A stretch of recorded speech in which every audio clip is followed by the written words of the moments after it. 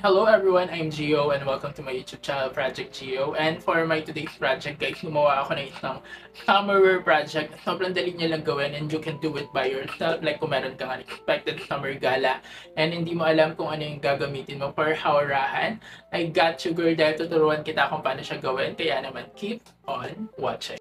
Una ko munang ginawa yung bilog na gagamitin ko for the top with a 10 inches length from the center. Then, hinati ko siya sa dalawa. And for the skirt, kailangan ko ng 30 inches length with a 32 inches na width. And for the lower part ng skirt, kailangan ko ng 50 inches na width with a 10 inches length.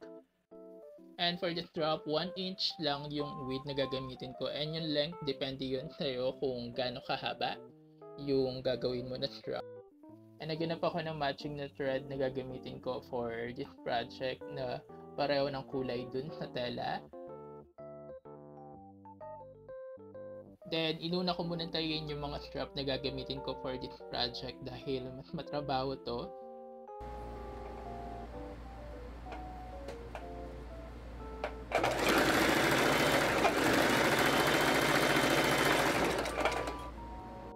Then, ginupitan ko na ng konti yung seam allowance para kapag binaligtad ko yung strap, hindi siya ganun kapangit tignan.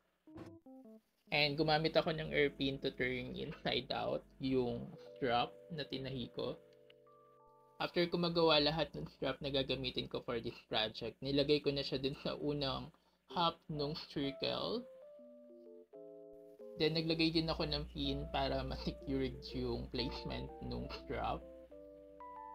Then, tatayin yung pinaka-dulo nung triangle, kung makikita nyo, ng half lang, half inch. Same with the left and right na side.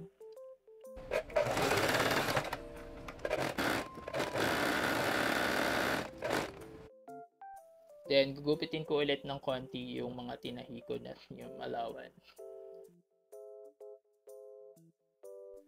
And ito yung magiging itsura ng top pag pinagsama mo na siya.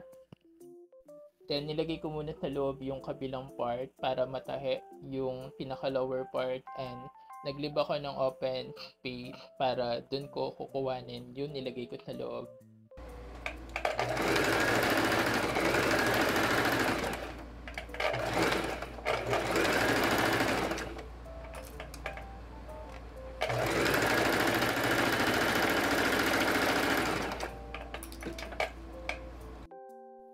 Then, after ko siyang tinahe, kinuha ko na yung nasa loob, binaligtad ko na.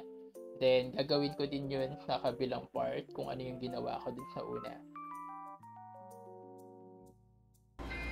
And for this part, gumawa ako ng straight line using a zigzag stitch from the hemline na 1 inch yung pagitan.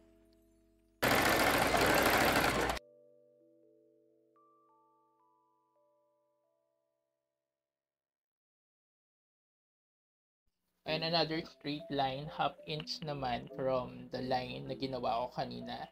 Dito ko ilalagay yung strap. Ito yung magiging channel nung strap na ginawa ko. Then, nag-open ako ng seam using a seam ripper.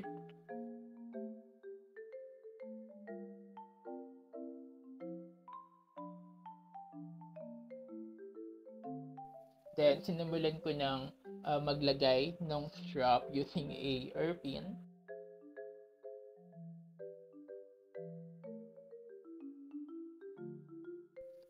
Then, susunod ko nang gagawin yung flower na gagamitin ko for the center part nung aking top.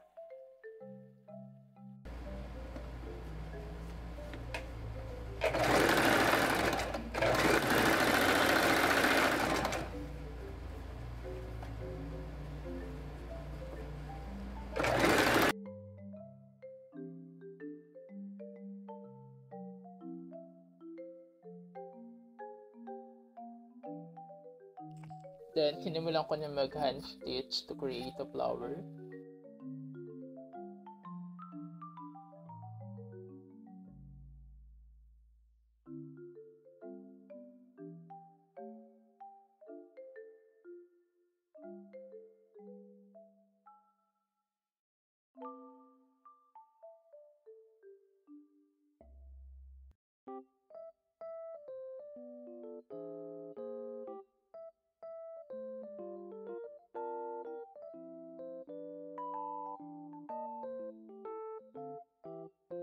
After ko makompleto yung top part, sinunod ko nang gawin yung skirt by hemming yung pinaka lower part ng skirt.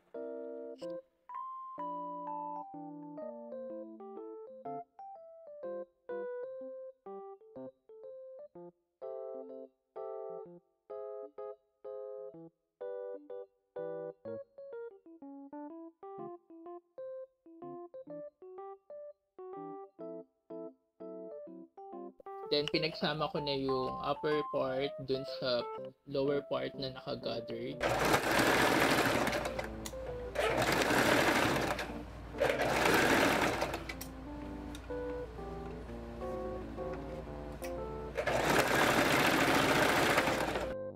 Then, pinagsama ko na yung front and yung back ng skirt.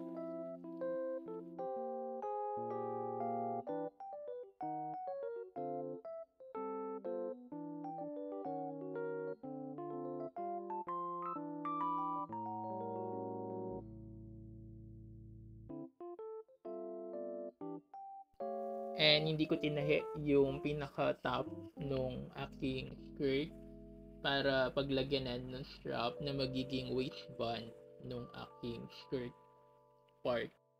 Dalawang strap yung ginamit ko for this waistband magkabilaan.